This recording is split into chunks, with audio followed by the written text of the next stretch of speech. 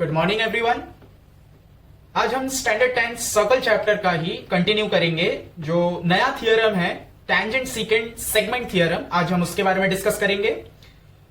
तो ये बहुत ही सिंपल है एंड हम इसका प्रूफ नहीं देखेंगे, हम इसको सिर्फ कॉन्सेप्चुअली समझेंगे कि इसको किस तरीके से कोई भी सम में पहचानना है और इसका जो थियरम के हिसाब से जो फॉर्मूला बन के आता है वो फॉर्मूला कब यूज करना है। ठीक है, तो चलिए फटाफट कर लेते हैं। स्टेटमेंट क्या दिया है कि a secant through B intersect the circle at point R and A.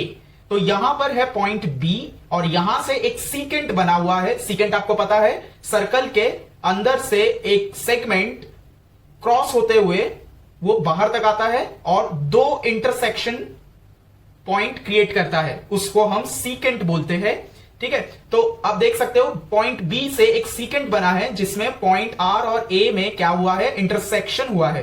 तो आर और ए में इंटरसेक्शन हो रहा है, मींस ये जो सर्कल है ये दो पार्ट में डिवाइड हो चुका है, एक ये वाला पार्ट और एक ये वाला part. Okay, next, and A tangent through B, और यही बी पॉइंट से एक टैंजेंट भी बनाया गया है, touches the circle at point Q, और ये टैंजेंट सर्कल को कौन से पॉइंट पे टच कर रहा है, पॉइंट क्यू पे। ठीक है, तो अगर ये थियरम के हिसाब से देखे तो इसका एक फॉर्मूला निकल के आता है, वो क्या है कि B Q square, B Q square. ठीक है, मतलब टैंजेंट का जो साइड है वो अकेला स्क्वायर के साथ रहता है। ठीक है, इक्वल टू के बाद बी आर इंटू बी ए। तो यहां पर जो पॉइंट सबसे इंपॉर्टेंट है वो कौन सा है, बी है। देखिए, इक्वल टू के लेफ्ट हैंड साइड पे और राइट हैंड साइड पे जितने भी नाम बन रहे हैं सबका स्टार्टिंग क्या है, एक्सटर्नल पॉइंट जो है ना कॉमन वाला, वो बी से बन रहा है। तो यहां पर P Q M N A B कुछ भी रह सकता है। आप जब भी कोई सम करोगे तो आपको पहले अब ये दिमाग में डाल लेना है कि हमको जब भी टैंजेंट सीकेंट सेगमेंट थियरम हम अप्लाई करेंगे तो हमें पहले तो ये देखना है कि एक्सटर्नल पॉइंट कौन सा है, उसमें से ही सारे नाम बनेंगे। तो देखिए बी क्यू क्यू, ये तो राइमिंग हो गया।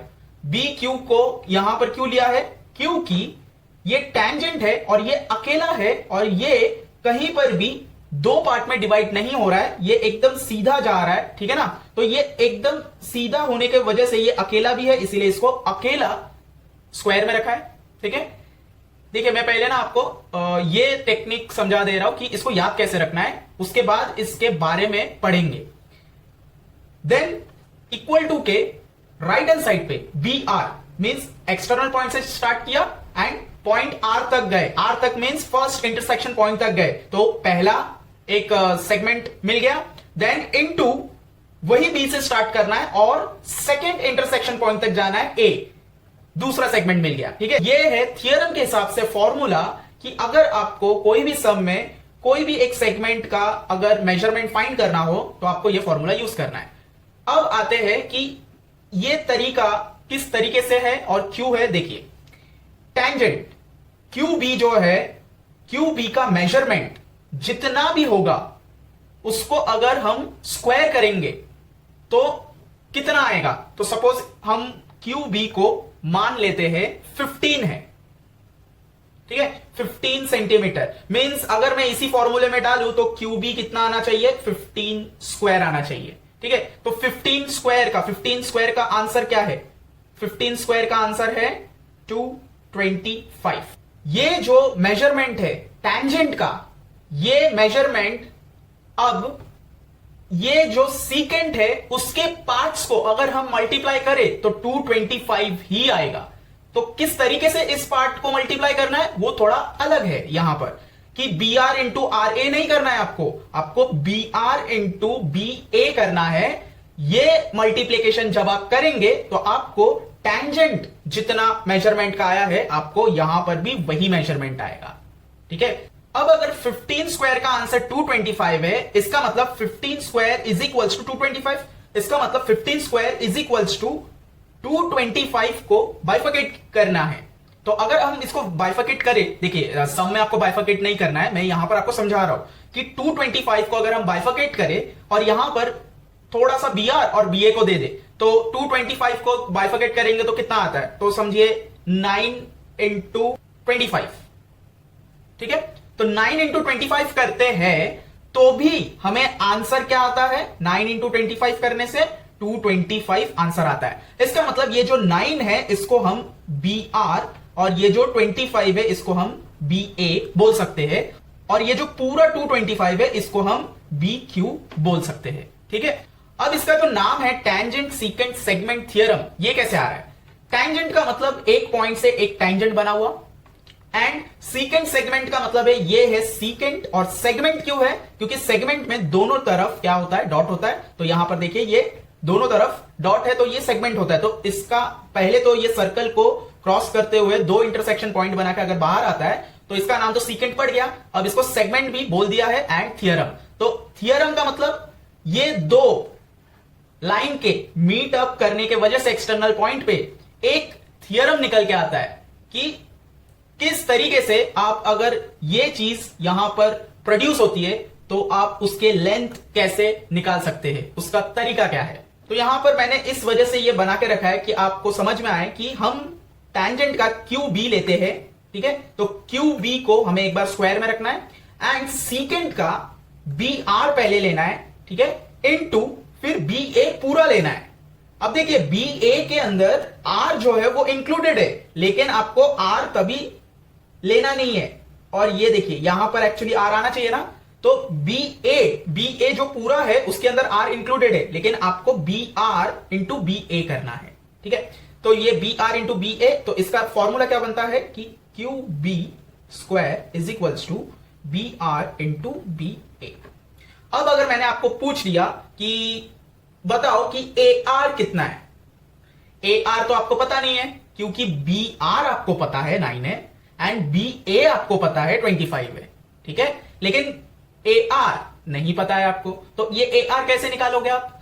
तो अगर BA में से BR को माइनस कर दे तो AR निकल के आएगा ना। तो BA जो है वो दो पार्ट से बना हुआ है। कौन से दो? BR plus RA। ठीक है ना, BR प्लस RA। अब जिसमें से हमें BA का वैल्यू पता है, कितना है? 25। BR का भी पता है हमें 9 है, प्लस RA नहीं पता है, तो RA को एज इट इज रखो एंड 25 में से ये 9 माइनस हो जाएगा क्योंकि इक्वल टू के इस तरफ आएगा, और RA का वैल्यू कितना आएगा? RA is equals to 16 centimetre. Okay, तो ये जो 16 सेंटीमीटर इतना आसानी से आ गया, ये इस वजह से आया है क्योंकि आपको ये दोनों का मेजरमेंट दिया हुआ था। कौन से दोनों का? BR और BA पूरे का मेजरमेंट, ये दोनों मेजरमेंट आपके पास था, इसीलिए आप RA इतना आसानी से निकाल पाए। अगर इसको उल्टे तरीके से देंगे तो कैसे करना है? ठीक है, तो यही सारे जो तरीके हैं ये हम जब सम करेंगे तो उसमें देखेंगे। आपको बस ये समझना है कि टैंजेंट सीकेंट थियरम जब भी अप्लाई होगा तो आपको फॉर्मूला कौन सा यूज करना है? फॉर्मूला यूज करना है tangent square is equals to secant में एक्सटर्नल पॉइंट से फर्स्ट इंटरसेक्शन पॉइंट तक BR इंटू फिर से एक्सटर्नल पॉइंट से सेकेंड इंटरसेक्शन पॉइंट तक BA। कोई भी सम में कोई भी नाम रह सकता है, यहां पर जो नाम है मैंने उसी का एग्जांपल दिया। तो ये है टैंजेंट सीकेंट थ्योरम। नीचे एक मैंने सम रखा है, इसको जरा सॉल्व करते हैं। यहां पर हमें निकालने बोला है कि PM कितना है, निकाल के बताइए। अब देखिए टैंजेंट सीकेंट थ्योरम है तो डायग्राम आपको किसी भी तरीके से दिया जा सकता है, तो इसलिए मैंने यहां पर थोड़ा सा टेढ़ा ड्रॉ किया है ताकि आपको पूरा आइडिया मिल जाए। तो इसमें हम पहले तो ढूंढेंगे कि टैंजेंट कौन सा है। तो टैंजेंट ये है, तो टैंजेंट का नाम पहले लिख लेंगे, क्या है? NO। ध्यान रखना है एक्सटर्नल पॉइंट से आपको स्टार्ट करना है। NO जो कि स्क्वायर में रहेगा is equals to again external point से स्टार्ट करना है NP फर्स्ट इंटरसेक्शन पॉइंट तक एंड इनटू फिर से एक्सटर्नल पॉइंट से सेकेंड इंटरसेक्शन पॉइंट तक NM। ओके, अब इसमें हमें कौन सा वैल्यू दिया हुआ है? तो NO जो है वो 16 है, वो हमें दिया हुआ है। NP जो है वो 2 दिया हुआ है, लेकिन NM पूरा नहीं दिया हुआ है, तो NM को हम लिख देंगे।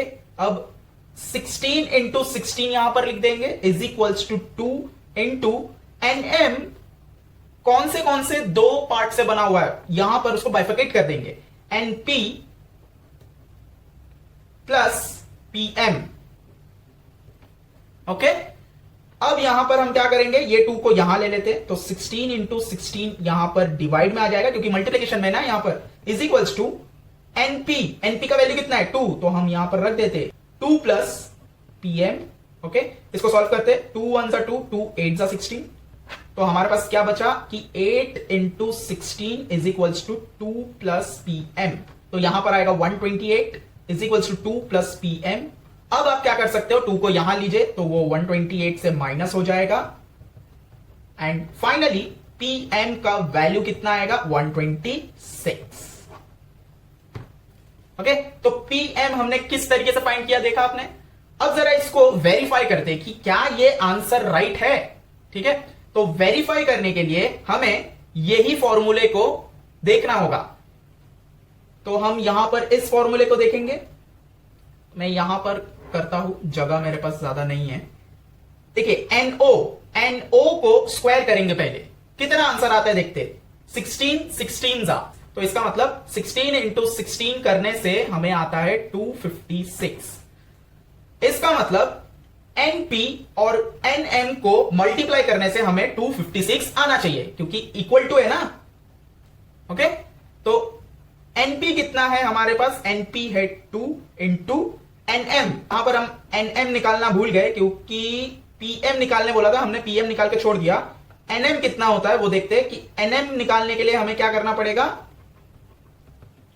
एनपी प्लस पीएम करना है। तो एनपी कितना है 2 प्लस पीएम कितना है 126, तो एनएम हमारा हो जाएगा 128।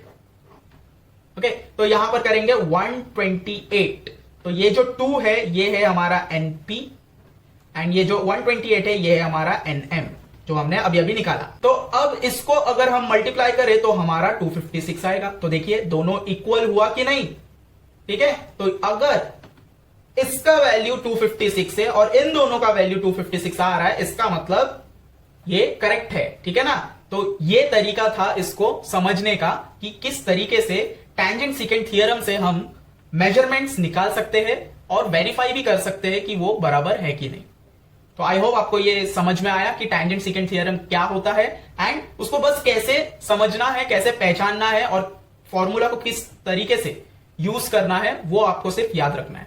वीडियो अगर आपको अच्छा लगे तो लाइक कीजिए, शेयर कीजिए एंड चैनल को सब्सक्राइब जरूर कीजिए। Thank you.